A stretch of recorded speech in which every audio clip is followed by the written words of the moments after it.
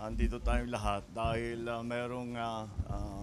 para makita at mapakinggan at makakuha ng report tungkol sa itong nangyari na pagkahuli nitong kalaki-laki na shabu na shipment. Ang estimate baka umabot ito ng 1.8 tons. So, ibig sabihin, ito na yung pinakamalaking huli na nagawa natin. But hindi lang ito. Meron na tayo as of today, ang huli natin is already 13 point something, 13.2, 13.3 tons. So patuloy talaga, marami talaga tayong nahuhuli. This is the approach that we are taking to the drug war. Ang ating ginagawa, we take apart, binabaklas natin yung mga sindikato, kahit sino man. Ang nakita natin may kasabwat dito sa drug trade. Kahit sino man, kahit politiko ba na powerful politician o police o kung sino man, talagang iniimbestigahan natin. Kaya nagkaroon ng ganitong klaseng mga operation that nakahuli tayo ng kalaki-laki na 1.8 tons. Sa ngayon, just to give you a status report, as you can see, ang ginagawa ngayon, iniimbentaryo talaga kung gaano kadami itong nahuli na meth. Nakapag-test na ang PNP, tinest na yung nahuling shabu, very high quality itong nandito, very high potency. Ibig sabihin, yung mga pinanggalingan, kung saan pa yung mga, kung saan nanggaling, kung saan sinakay, anong origin, ngayon ay iniimbestigahan pa lang. Kaya the operation is ongoing at pabayaan muna natin ang ating mga kapulisan together with the attached agencies ng PDEA and the Dangerous Drugs Board, lahat we're working together para mabuo ang kaso rito, malaman talaga natin kung saan dinaan itong shipment ng shabu na ito. I would like also to point out that this is the biggest shipment of shabu na nahuli natin. But not one person died. Walang namatay, walang nagputukan, walang nasaktan. Basta't inoperate natin ng dahan-dahan, yun naman dapat ang approach. Para sa akin, yun dapat ang approach sa drug war. Na ang pinaka-importante is matigil natin ang pag-ship ng mga drugs dito sa pagpasok sa Pilipinas. Pero the one thing that's clear, pinasok ito, hindi ito galing dito sa Pilipinas. Hindi ito linuto dito sa Pilipinas, galing ito sa labas. Ngayon, yung ruta kung saan nanggaling yun, ngayon pinag-aaralan pa natin at inimbestigahan pa. Alright? Okay. Any questions?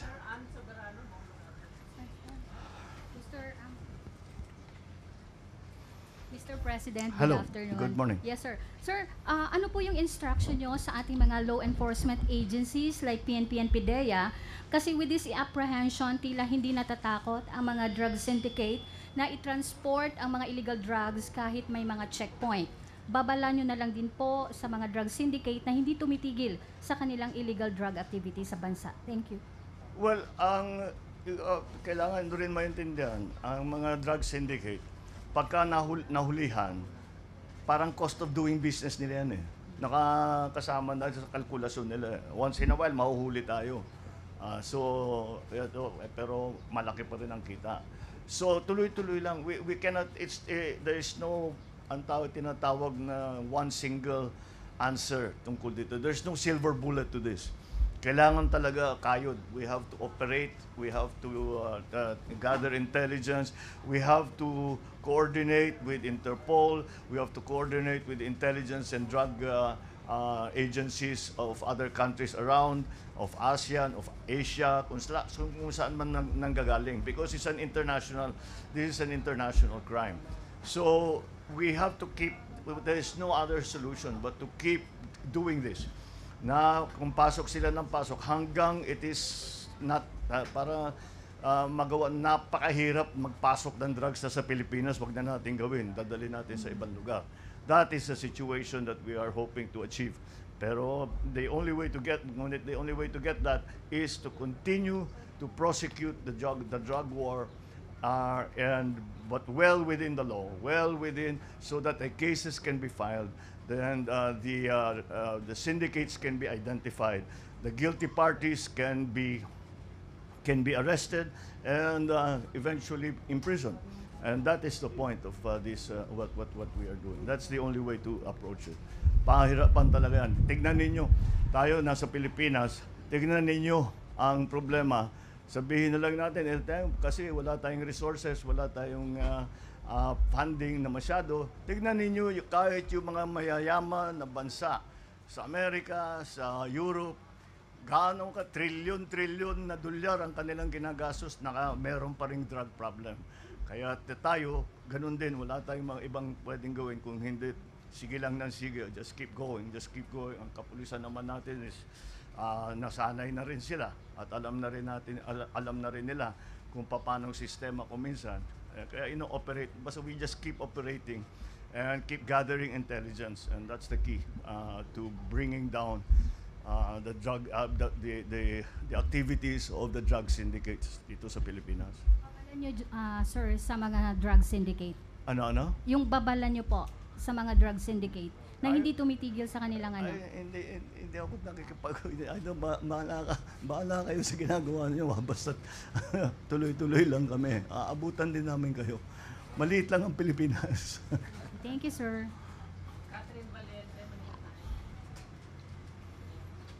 Good morning, Mr. President. Sir, what's your will the government po change tactics in this government war on drugs following this incident, and are you alarmed by this biggest drug haul in the country? No, quite the contrary. Why will we change? Look at the success that we have gained. As I said, not only this 1.8 tons, the many tons that we have already seized. So it's much more than it has been in the past. So it is the most successful approach to the drug war so far.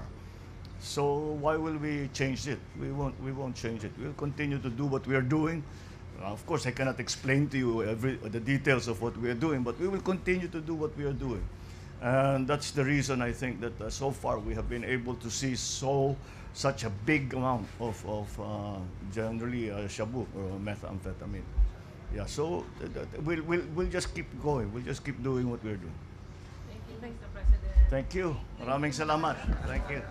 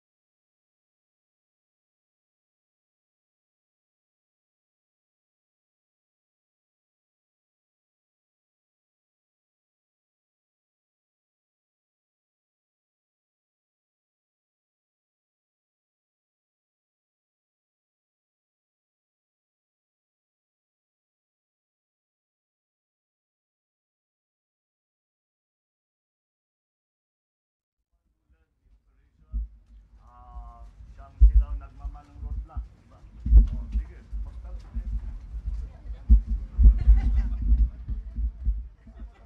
tanong mo sa kanya. Also, he cannot, before you start asking questions, I'll warn you, he cannot talk about operational details. Kaya pag bigla kaming sasabat at sasabihin namin wag siyang sasagot, that's because it's still ongoing. But he can tell you what happened.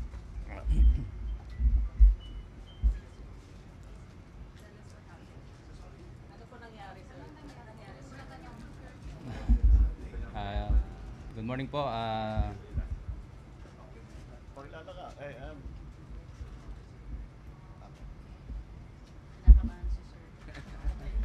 Na-overwhelmed. Alam mo, po sa training sa military at saka sa police, walang training para makakaharap sa press. Eh. Kahit humarap sa bala, kaya namin, pero humarap sa press. So, magandang umaga po sa ating lahat sa ating mahal na Pangulo, Sir, sa lahat mo narito. Sa ngayon po, hindi pa po kami makakapagbigay ng eksaktong detalye ng pangyayari kung paano namin nasabat itong gantong kalaking halaga kasi umuusad pa rin po yung aming investigasyon. Ano po, ayaw po namin makompromiso yung mangyayaring hanggat may sampa po namin yung kaso laban po dun sa tao. Yun lamang po at maraming salamat po.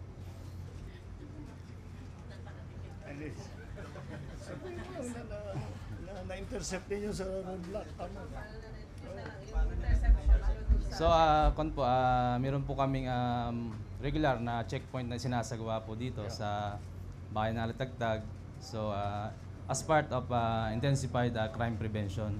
So, part of it, pina-flag down po namin yung mga sasakyan kung mayroong suspicious po. So, yun po, sinasubject po namin for inspection po.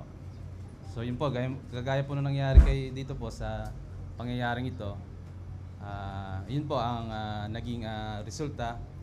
Nasabat po namin yung ganitong kalaking halaga po ng shabu po.